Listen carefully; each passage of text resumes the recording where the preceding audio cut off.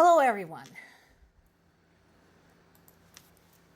The big story a lot of the news sources are talking about, and justifiably so, is this one.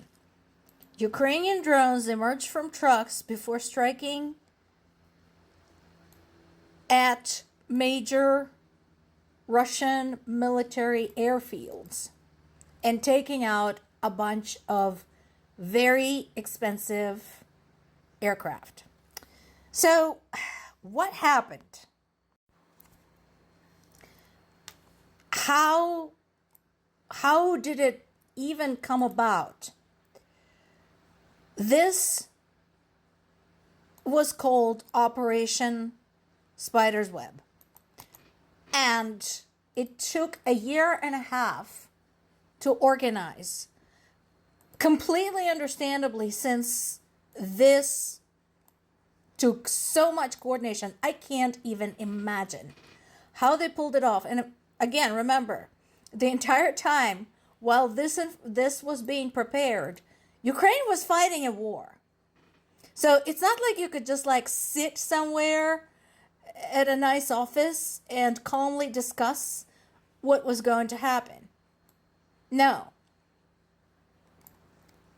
And in addition to this, I'm not yet sure what the U.S. government response is going to be to this.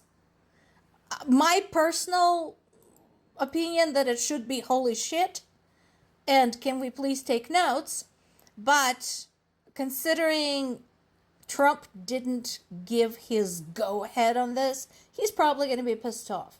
So before anybody starts whining about that, Ukrainian government did notify the U.S. government that this was in the works.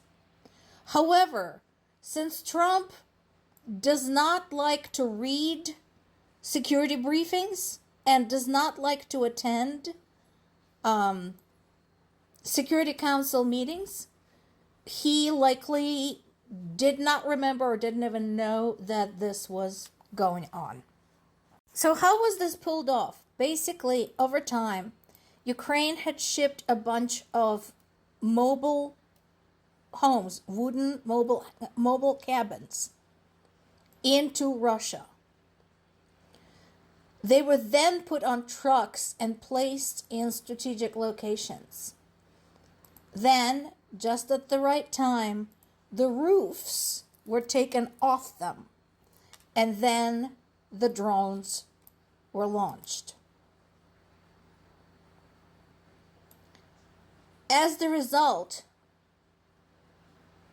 multiple Russian bombers were taken out. And keep in mind that a truck, a wooden box basically, and a drone costs very little. A bomber, on the other hand, is a big expensive piece of equipment. So we have a serious return on investment there. Now, this is an interesting piece in Associated Press.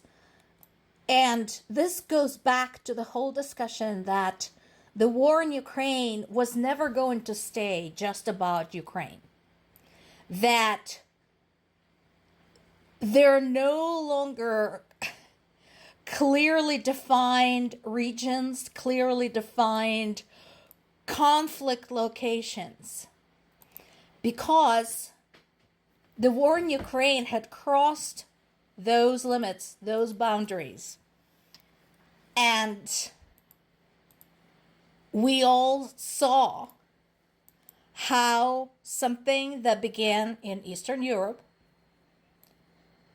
ended up involving countries in Asia, Australia, United States, Africa, India, China, North Korea. There are no more borders. At the same time, because this ended up being so big, Basically, it revealed who your friends are, who your enemies are, what to watch out for, what has changed. Some years ago, I would say even 15 years ago, nobody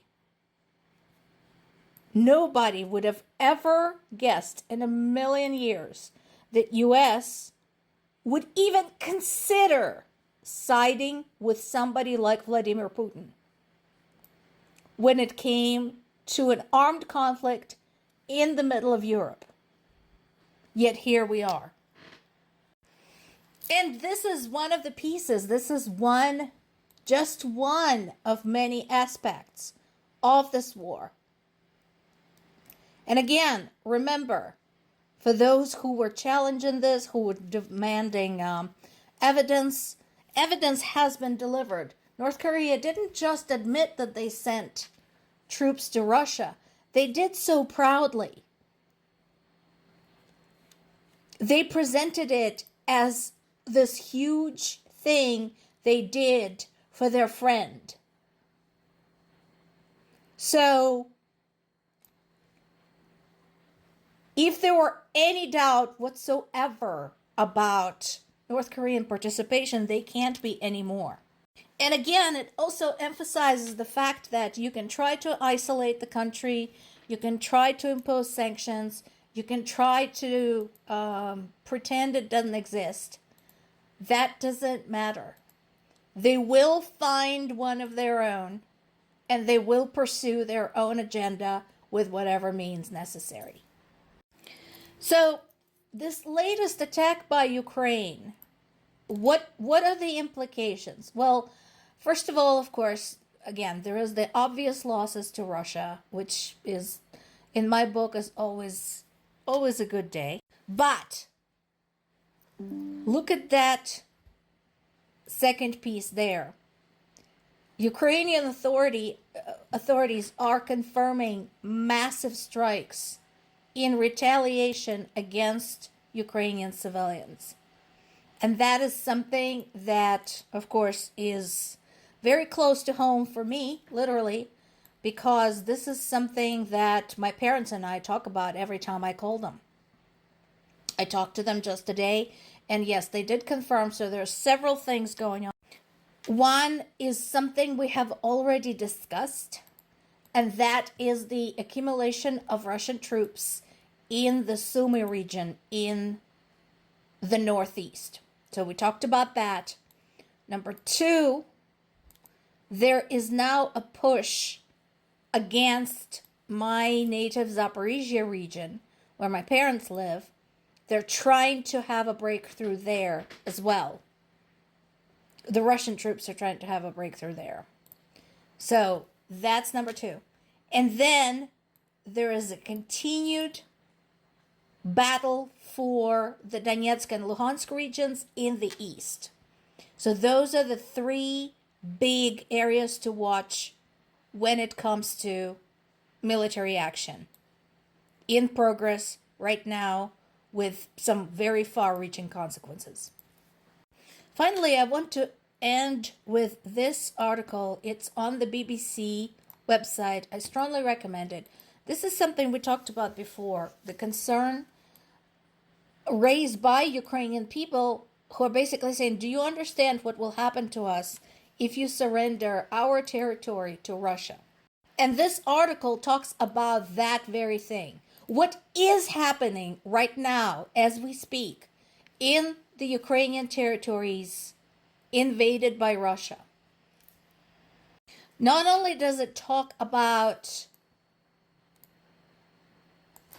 the campaigns of terror and misinformation and the atrocities committed against Ukrainian civilians, but it also talks about the acts of defiance and the acts of resistance. What ordinary people are doing because they will not settle for this. This is Ukraine. More to come.